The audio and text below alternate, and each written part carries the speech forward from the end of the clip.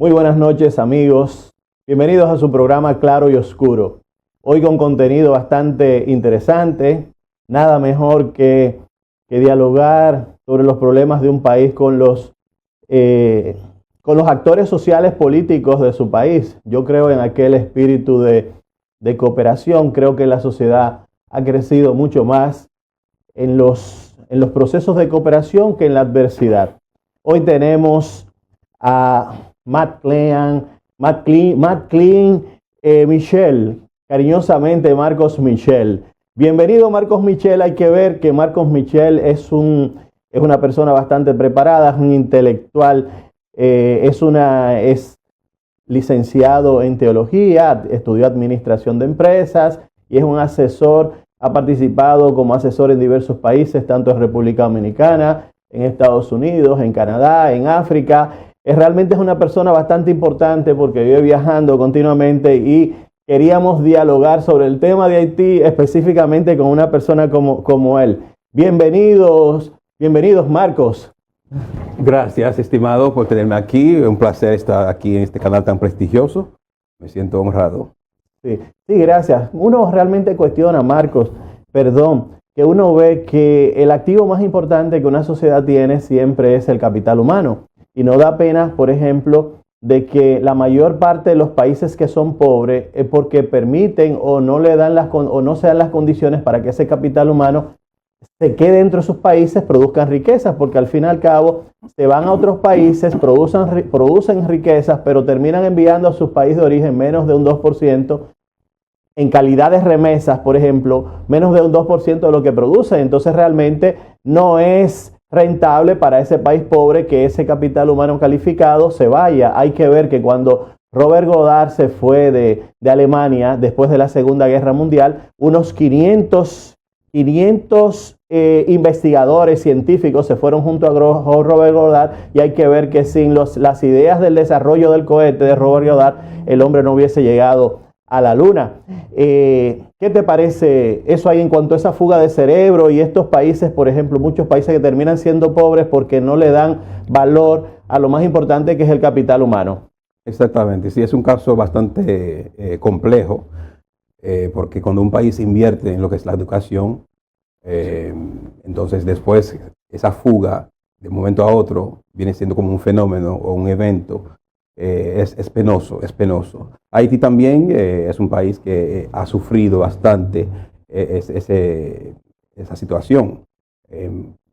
Los intelectuales de los 50, de los 60, personas que fueron instruidos inclusive en Francia, Inglaterra, en diferentes países del mundo, con la crema nata de la educación a un nivel bastante elevado, y que de momento a otro, cuando ya el gobierno fue bajo el régimen de dictadura, y de momento a otro pues, tenían que irse porque ya Papadoc, que era el dictador en aquel momento, empezó a perseguir a los intelectuales, porque el sistema de la dictadura no permite que la gente piense. O sea, la persona que piensa ya es un contrincante del gobierno, y eso realmente es penoso. Aquí también ocurrió con Trujillo. Sí, claro.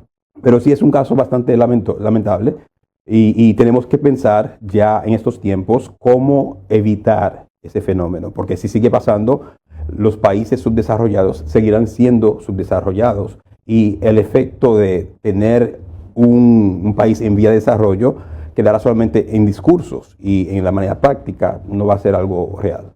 Sí, no, realmente bastante interesante tu idea.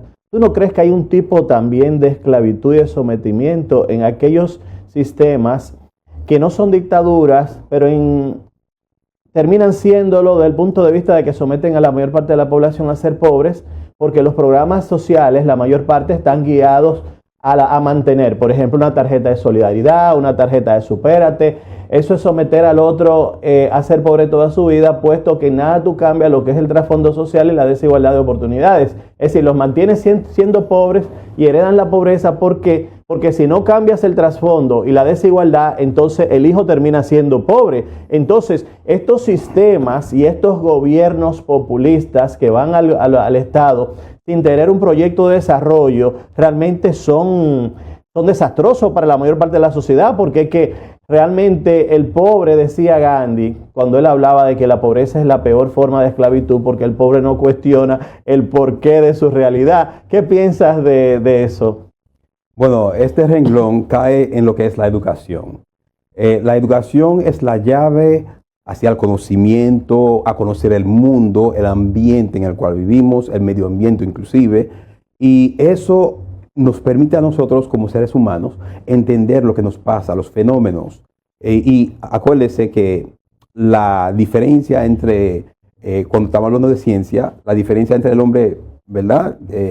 Desde su inicio. El hombre libre y el hombre esclavo. Bueno, el hombre esclavo, pero también las sociedades que han ido evolucionando, podemos ver la diferencia está en la educación, en conocer los fenómenos que pasan, la economía y todo. Y cuando hablo de educación es un tema bastante complejo porque la educación es todo. Un ejemplo, mucha gente ve la educación como leer y escribir. Claro. Y como he dicho, la educación tiene 5 fases, que son 5 niveles. Por ejemplo, la educación primaria, básica, se aprende solamente a escribir. O sea, una persona que tiene un nivel educativo... Pero en la primaria, perdón que te interrumpo, realmente no aprende el ser humano a leer, porque yo veo que terminan y van a la universidad y continúan con muchas faltas ortográficas, entonces no terminan a terminar de escribir bien. De escribir bien, exactamente, porque hay una deficiencia en el sistema. Lo mismo que estamos hablando. Entonces, la deficiencia en el sistema es una falta de metodología, una falta de disciplina, de rudimento y de mecanismos que permite que esa educación sea de calidad.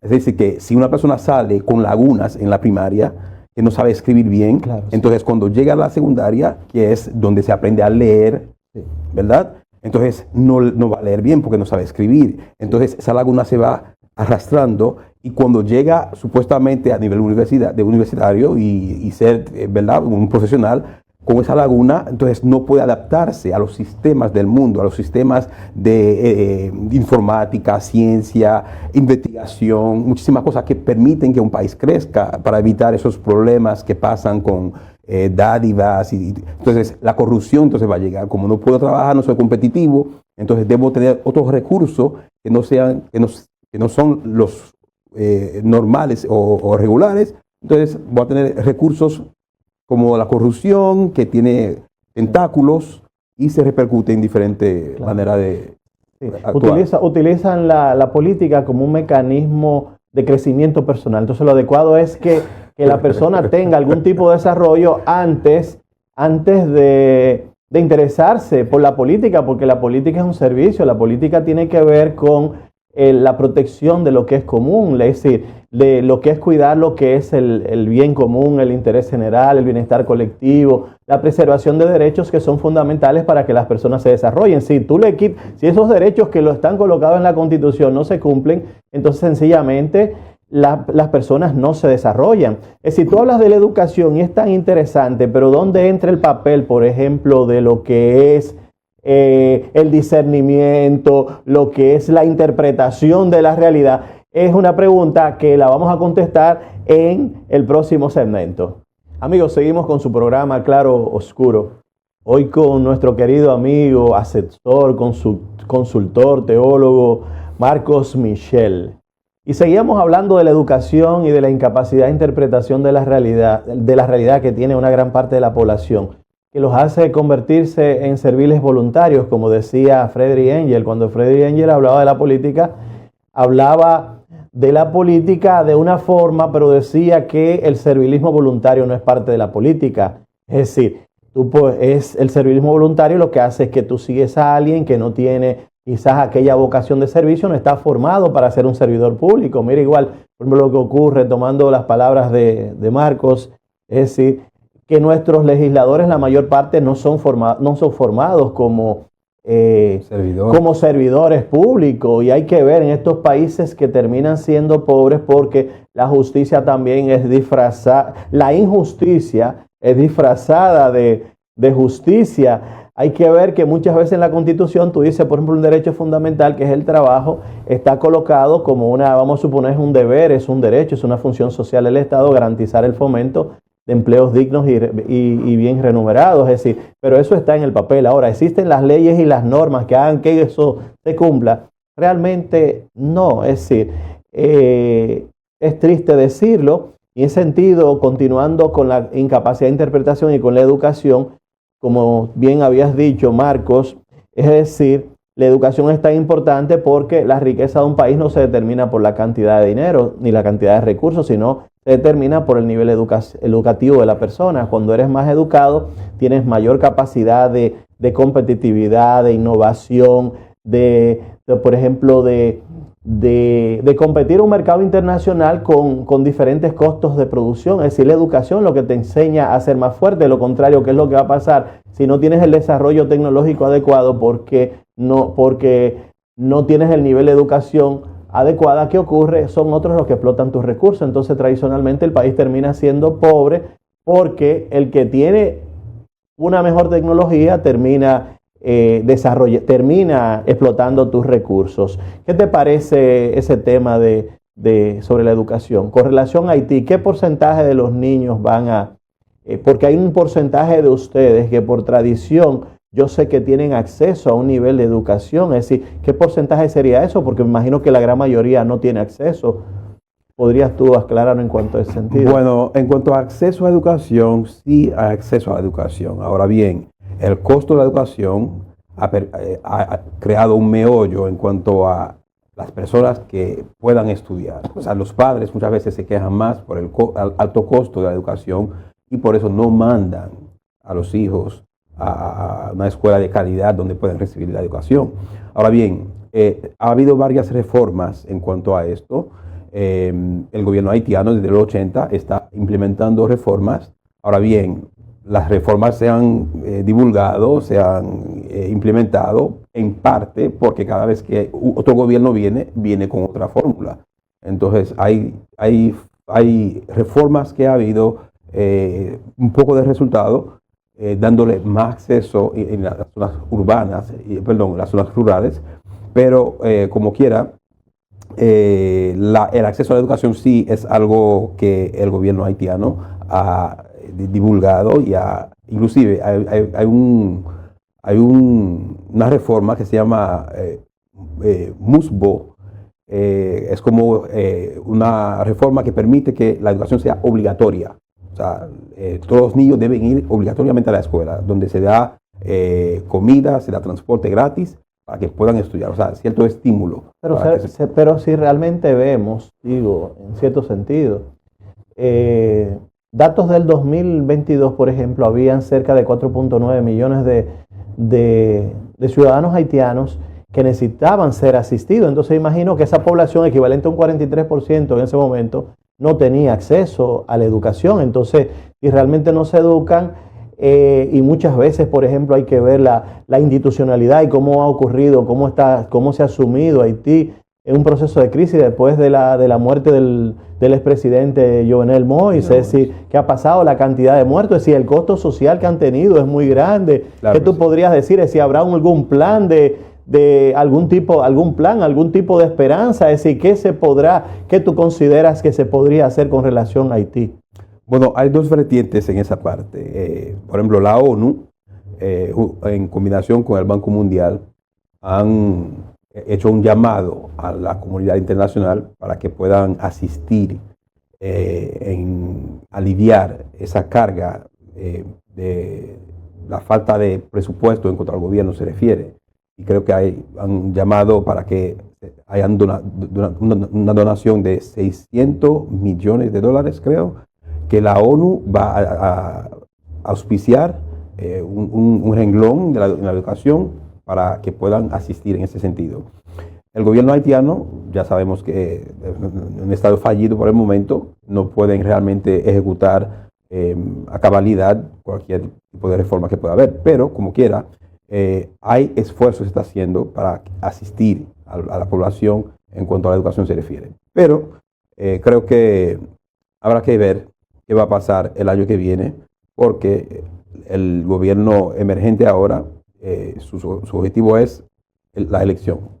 O sea, no podemos decir nada en concreto por el momento hasta que haya una dirección. Sí, no, realmente vi que envió una carta a los diferentes, algunos de los funcionarios, algunos de los funcionarios, sobre todo para trazar líneas con relación a la seguridad, con relación, es decir, yo creo después que hubo aquel atentado contra al presidente del Senado, Joseph Lambert, yo creo que no tienen una Cámara Legislativa, es decir, ¿qué tú podrías decir en cuanto a eso? Es decir, no, hay que fortalecer lo que es la justicia. Si no hay justicia, no hay régimen de consecuencia, no hay un Estado de Derecho. Es decir, realmente, y ese plan de la ONU, si son 600 millones, yo creo que es insuficiente. Yo creo que, ¿qué piensas tú de un plan asistido a 30 años y sí que la comunidad internacional participe directamente? Bueno, hay dos puntos de vista también en esto. Número uno, localmente, es decir, el gobierno haitiano debe estar consciente de su responsabilidad. Y yo soy partidario de que el país o la persona incumbente debe ser responsable. Es decir, el gobierno haitiano debe ser responsable de lo que le corresponde. En el plan de educación, en el plan económico, el plan de finanzas y los demás renglones que embarca el gobierno. Es decir, que la responsabilidad haitiana, del gobierno haitiano, debe ser, en primer lugar, una carga particular. Sí, realmente se necesitan muchos recursos. Por ejemplo, yo vi que él envió una carta, pero si tú no formas los equipos y si esas, si esas decisiones que se tomaron no son reguladas, tampoco se cumplen, digo yo. En ese sentido, por ejemplo, personas como tú que nacieron dentro de ese país, podrían ser un activo importante colocando ideas y ver qué se puede hacer, digo yo. Es decir, ¿qué piensas? De acuerdo. Sí. Claro. Has corroborado de que la responsabilidad cae sobre el haitiano, sobre el pueblo, en cuanto a la manera de lanzarse y salir de la situación. Y luego entonces vendrá la comunidad internacional para asistir y socorrer en algunos puntos.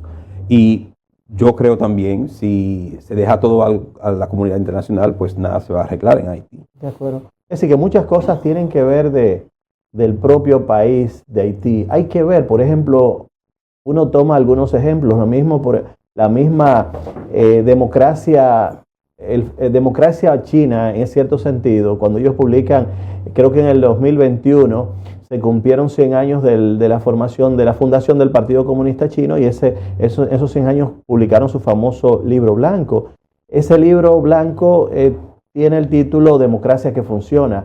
Entonces funciona en base a la cultura china, en base a los avances que ha tenido la humanidad, y hemos visto que ellos reclutan, el Partido Comunista Chino tiene 96.700.000 miembros.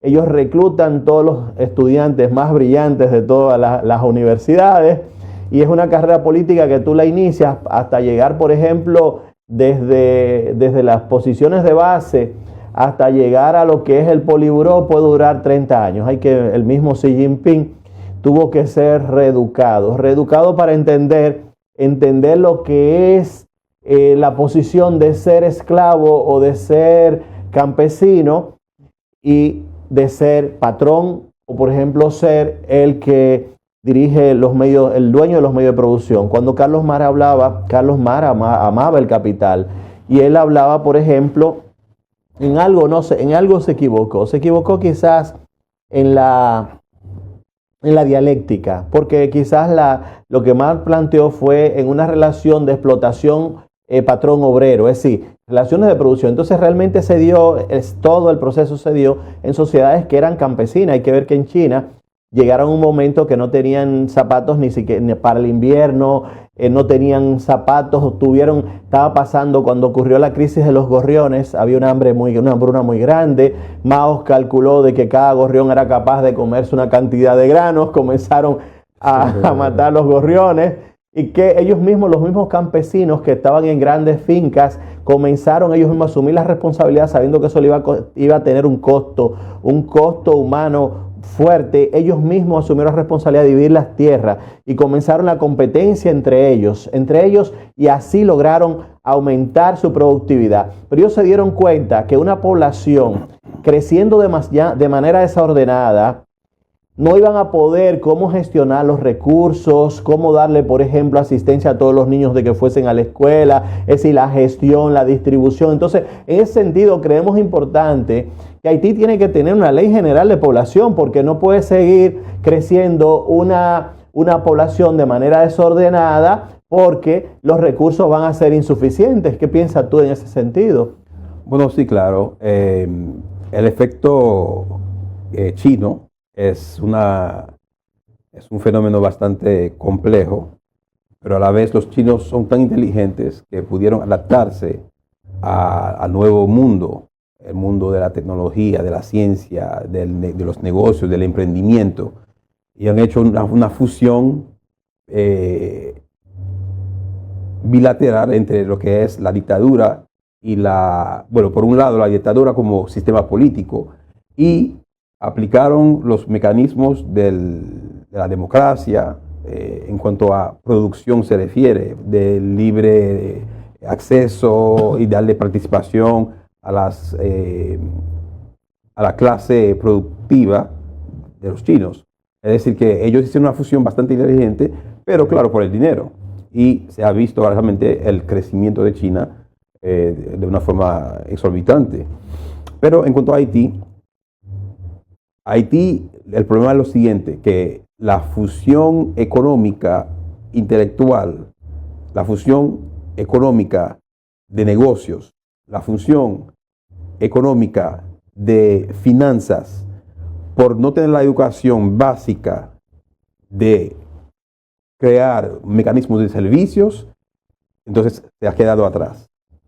Entonces, Haití no participa en los comercios a grande escala, no produce. Entonces, el que no produce será comprador siempre. El comprador pide, no recibe realmente dinero. Claro, no, está gastando siempre. Sí. Esa relación entre venta y compras, el que compra siempre va a estar abajo.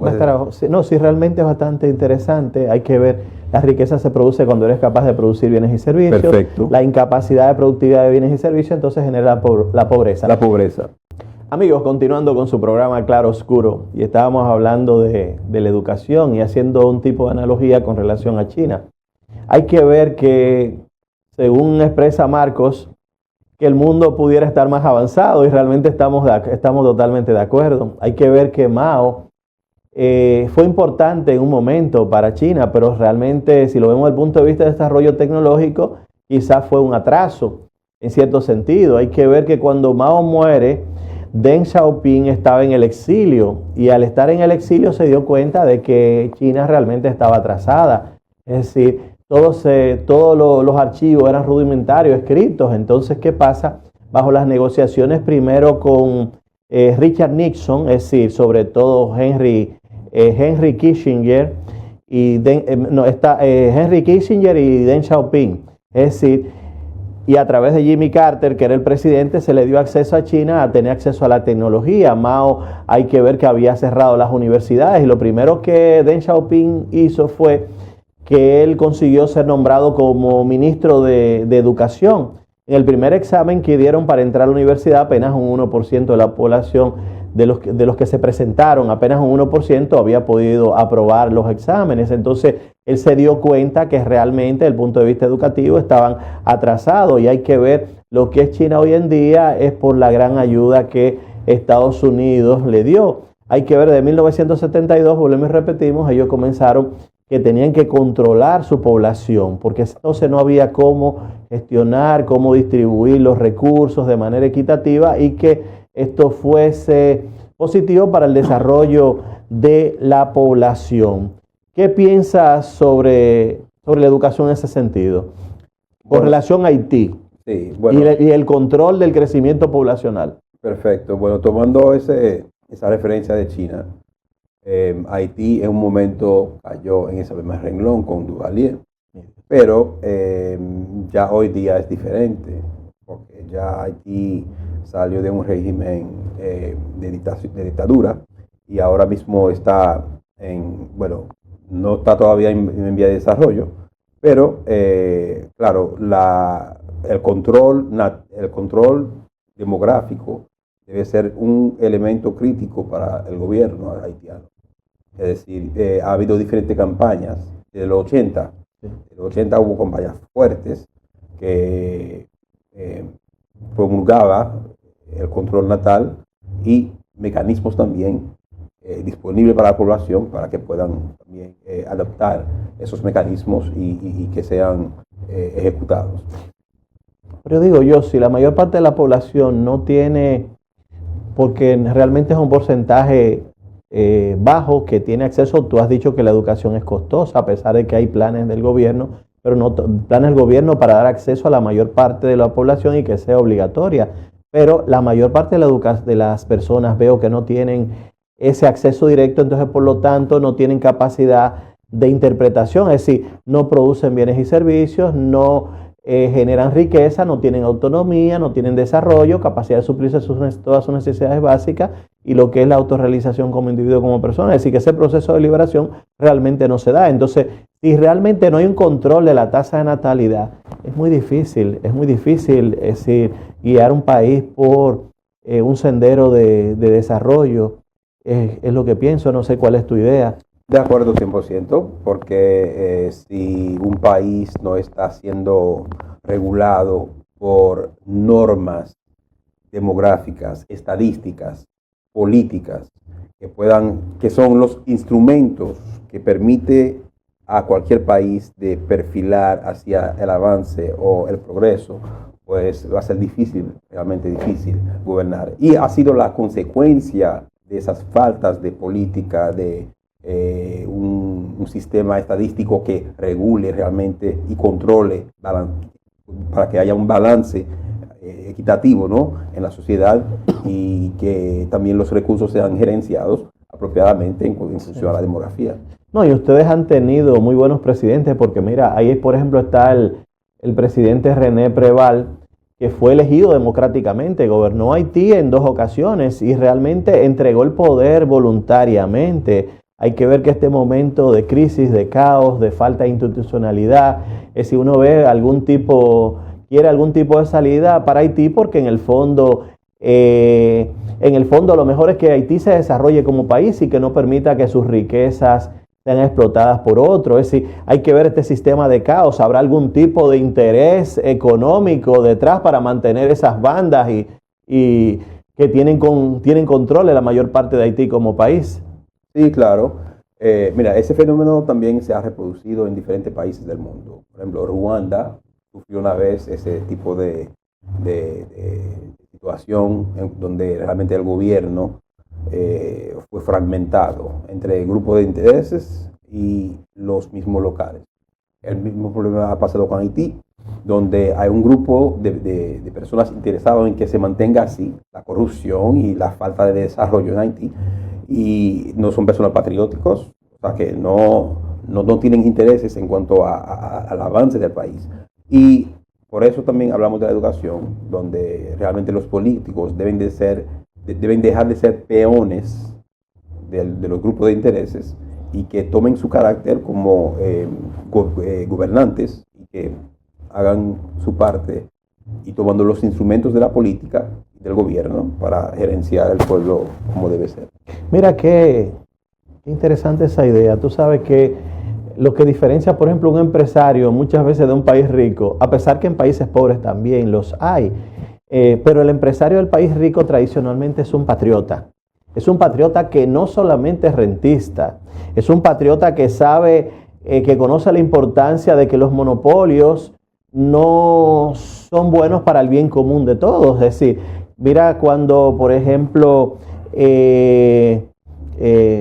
Delano Roosevelt, el presidente Teodoro Roosevelt llegó, uno de los principales fines fue acabar con todos esos monopolios. Mira cómo fue en contra de John Davis Rockefeller en ese momento, que tuvo que dividir la Standard & Oil en 35 grandes empresas, ahí salió empresas como la Chevron, la Exxon, pero ¿qué ocurre? Él era accionista principal de las 35, pero es importante porque el empresario de un país es rico, tradicionalmente es un patriota, es una persona que se coloca la camisa de su país, es una persona que piensa en la importancia de ayudar a los demás a que se desarrollen, de crear más empresas. Mira, ahora mismo, por ejemplo, hay una situación difícil en Europa, ¿y qué se ha planteado? Bueno, estamos en dificultades, pero hay que ver los grandes recursos, los ahorros que tenemos, las riquezas que hemos construido, y vamos a darle paso a la innovación para crear nuevas empresas. Entonces, crear nuevas empresas es importante. El empresario usted tiene que protegerlo. Por ejemplo, aquí en República Dominicana tenemos de 40.000 hectáreas con capacidad productiva, hay 18.000 que no están cumpliendo su razón social, que es de producir alimentos y en grandes cantidades. Es decir, vamos a buscar la manera, es decir, la educación hay que guiarla en base a las necesidades de sectores productivos, cómo vamos a poner esas tierras a producir y agregarle valor, de que no sigamos exportando materia prima con poco valor adquirido. Es decir, vamos a ver cuántos ingenieros necesitamos, cuántos profesionales se necesitan en áreas diferentes, de tal manera que el país se encamine por un sendero de desarrollo. Hay que ver todas esas niñas adolescentes que terminan siendo embarazadas, formando familias pobres, cuando apenas el 45% han llegado al nivel intermedio. Son familias pobres que se forman.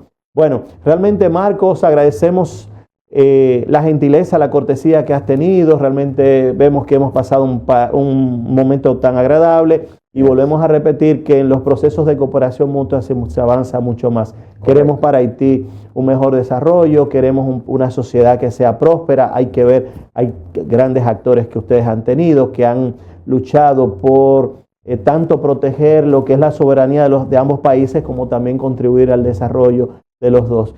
Gracias a ti por la gentileza, gracias a ustedes, amigos televidentes, que nos acompañan en este momento, y agradecemos la cortesía, la gentileza también de habernos recibido en sus hogares.